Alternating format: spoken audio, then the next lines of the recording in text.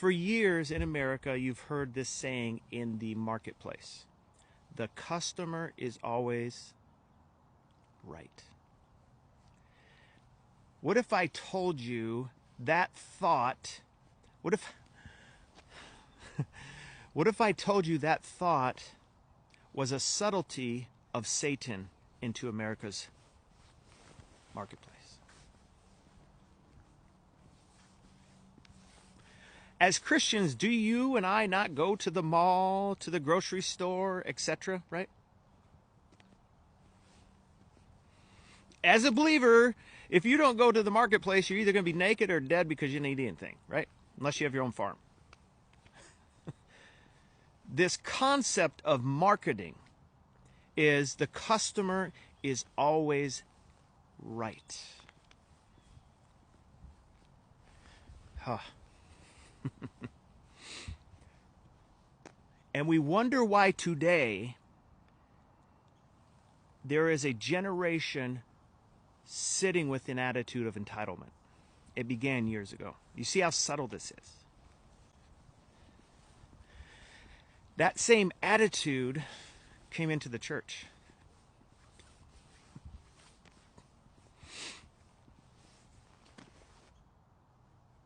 Oh, I could go on.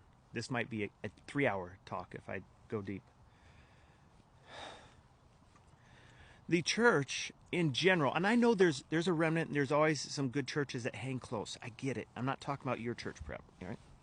But in general, remember, Jesus goes after what? The 99. Okay, so you might be the one great sheep in the great church. Great, good for you guys. I'm talking about the people I'm supposed to be used to go after. So excuse me for trying to care for some people that are lost. These services, these comments of messages that come out of the pulpit are geared to what? Tickle the ears of those sitting there because the customer is always right. Do you hear me? 2 Timothy. In the last days, right? They all group together a bunch of people to teach them what? Things that tickle their ears, that make them feel good. This is what I'm talking about. The subtlety of the enemy is so... Dude, he's got a sleight of hand right now. There is another respiratory virus coming to this people planet, and it's nothing but a sleight of hand. What is really going on behind that respiratory virus? There's this thing coming out right now. What is really going on is a political movement and a sleight of hand of the enemy not wanting his people prosecuted. He has got his people in place in the DOJ right now that is going to refuse to prosecute Biden and the FBI. Oh, gosh, you guys. Now I'm going to get in trouble. I'm surprised they're not kicking me off right now. You don't just hear me talk. Do something with it. By all means, ask God the Father to do something with the DOJ system.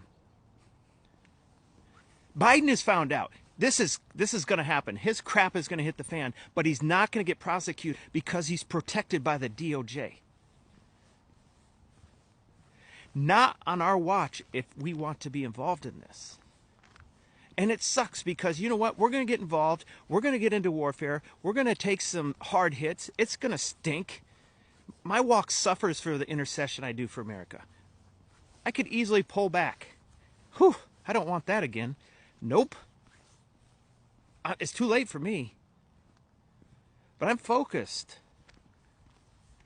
And I believe the Lord has a vision to redeem what has been stolen.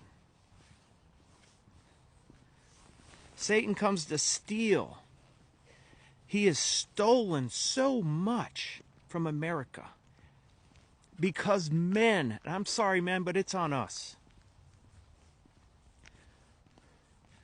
Take a stand in your home. If they want to rebel against you, let them rebel. And I'm telling you, a lot of the women, when your men start rising up to be a man of God, you're going to be pissed off because you can't control them anymore. It's going to happen. It's going to happen. Just let it go. Y'all quit trying to control each other and just take your own business and take care of it. Leave each other alone. We waste so much energy and time arguing with one another. The enemy's so sly and cunning.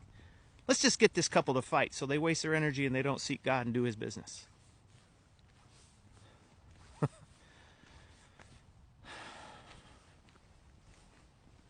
Why did I bring that up? Because that's where the battle needs to be won. If we want things to change up above, it's a grassroots movement. Always has been, always will be.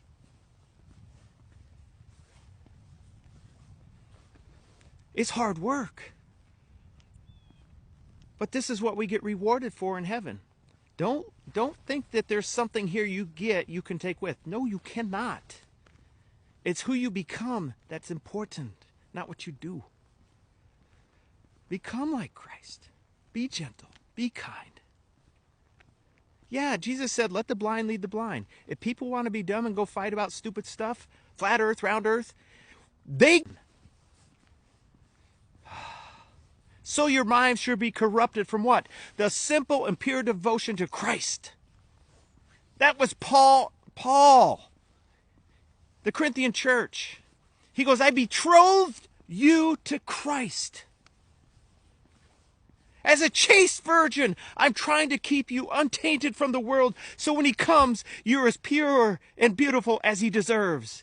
But I got to tell you, I'm afraid Satan's going to corrupt you with his subtlety.